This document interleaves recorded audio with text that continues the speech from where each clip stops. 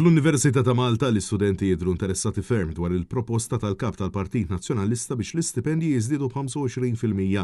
Hawn Alex Borg tkellem mal-istudenti infushom dwar l-ambizzjonijiet, il-ħidma universitarja tagħhom, l-aspirazzjonijiet, iżda wkoll diversi sfidi u x-xewqat li jixtuq jaraw li jitwettqu. Huma ma kellmuhx biss dwar il-kwistjonijiet li qed jaffaċċaw iżda wkoll il-problemi tal-ġenituri tagħhom, ħuthom, il-maħbubin tagħhom u sħabhom. Studenti tal-Mediċina kellmu lil kap tal-Partit Nazzjonalista propju dwar il-proposti fis-settur tas-saħħa fosthom sptar ġdid f'Għawdex. Weda li amministrazzjoni laburista issejla tagħmel 13-il sena, mediċini tal-kanċer kollha kemm huma b'xejn u stipendju għall-istudenti tal-mediċina li jilħaq il-livell tal-paga minima. L-iktar ħaġa impressjonatni jiena hija propju li kollha semgħu din il-proposta għaliex dik hija xi ħaġa pożittiva li ż-żgħażagħ qed isegwuna. Il-fatt li jiġu fuq jgħidu li tenkju li tajtna ħattina 25% iktar stipendju lilna, però mhux hekk biss, jiġifieri anke iltqajt ma' studenti li din jistudjaw pereżempju l-mediċina.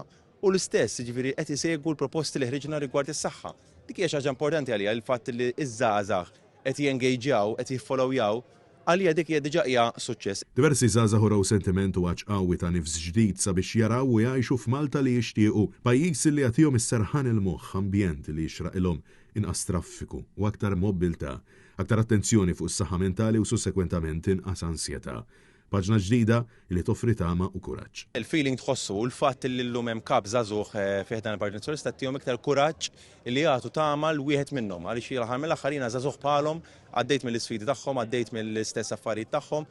Ftit snin ilu kont hawnhekk magħhom ġewwa l-Università u għalhekk iħossuhom komdi jirrelataw miegħi bħala żagħżugħ ieħor bħalhom. Matul din iż-żjara l-kap tal-Partit Nazzjonalista Alex Borg kien akkumpanjat mix-Shadow Ministers Yves Borg Bonello u Bernice Bonello kif ukoll il-kandidati Joseph Grech, Frederica Aquilina u Marilena Gauci.